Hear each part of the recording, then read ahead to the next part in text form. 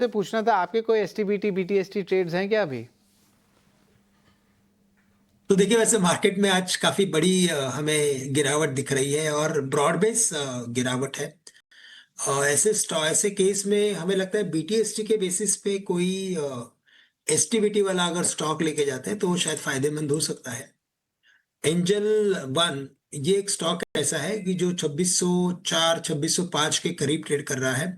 हमें लगता है इसमें सेंटीमेंट के साथ साथ ओवरऑल टेक्निकल ब्रेकआउट भी नजर आ रहा है। और ये स्टॉक कम से कम 2600 के करीब अभी जो चल रहा है वो 2500 या 2450 तक भी आ सकता है। तो करंट लेवल से 2604 2600 के रेंज में एंजल वन को बेचे। स्टॉप लॉस यहाँ पे रखे 2650 रुपए का, और टारगेट्स रखे 2475 रुपए के। 2475 के टारगेट्स नजर आते हैं एंजल वन में। तो एंजल वन पे भी जो है नज़र रहने वाली है हमारी। और नीलेश, आपके क्या रहेंगे बीटीएसटी ट्रेड्स या एसटीबीटी, अगर आज के आपको लग रहा है तो? एक स्टॉक खरीदारी के रडार पर आया है, वो है इंश्योरेंस स्पेस से एसबीआई लाइफ। हम इंश्योरेंस स्पेस में वैसे ही एक काफी अच्छा पॉजिटिव मोमेंटम देख रहे हैं, और insurance being a defensive, I think market की गिरावट के विपरीत यहाँ पे थोड़ा बहुत हमें आउट परफॉर्मेंस ऑलरेडी देखने को मिल रहा है। तो एसबीआई लाइफ इस पर्टिकुलर स्टॉक में लॉन्ग पोजीशन बना के जा सकते हैं। थोड़ा भी अगर पुल बैक मार्केट में आता है तो ये पर्टिकुलर काउंटर यहाँ से 1875 से 1890 तक का मूव दिखा सकता है। 1820 के स्टॉप लॉस से एसबीआई लाइफ को लॉन्ग करने की सलाह होगी।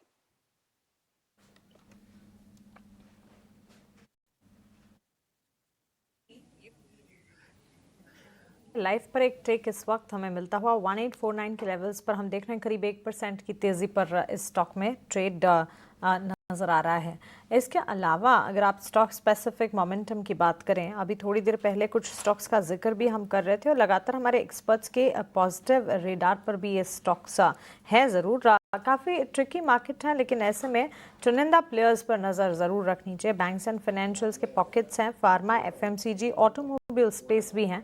और राजेश जी, एक टेक आपसे ऑटो सेक्टर पर भी जानना चाहेंगे। अभी या कुछ ही दिनों में ऑटो बिक्री के आंकड़े भी आते हुए दिखेंगे, और ये जो टैरिफ इम्प्लीकेशन है ग्लोबल फ्रंट पर ऑटोमोबाइल सेक्टर पर इम्पैक्ट पड़ेगा, लेकिन डोमेस्टिक फ्रंट पर भी क्या ट्रिगर्स डेवलप होते हुए ऑटो सेक्टर के लिए नज़र आ रहे हैं? क्योंकि टैरिफ इम्प्लीकेशंस की जहां हम बात कर रहे हैं, और इन पर्टिकुलर अभी एफटीए अग्रीमेंट भी साइन होता दिखा। ये सारी चीज़ें हैं जो कि ऑटोमोबाइल सेक्टर में कहीं ना कहीं डिस्कशन का चर्चा का विषय ज़रूर बनी रही। ऑटो स्पेस पर ऑल इन ऑल आपका टेक क्या है?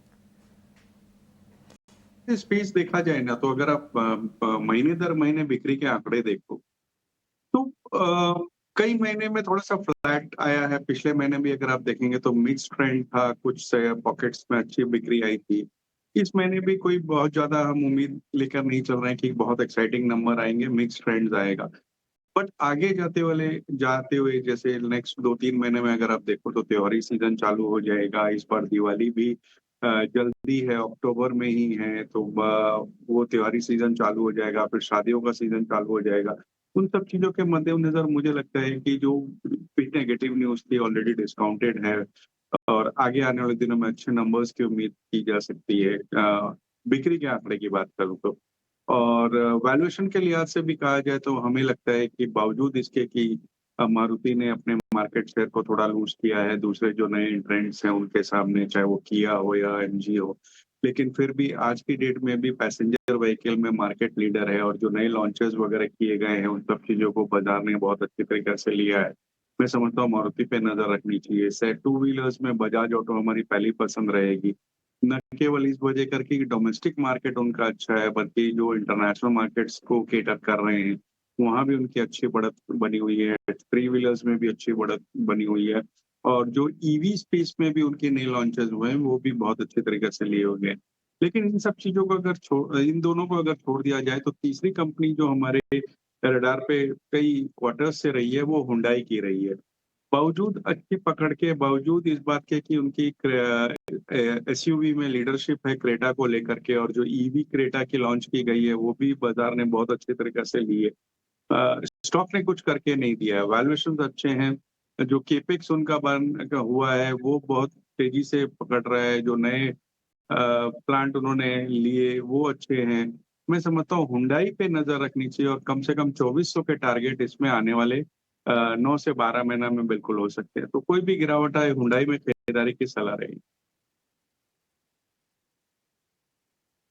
भी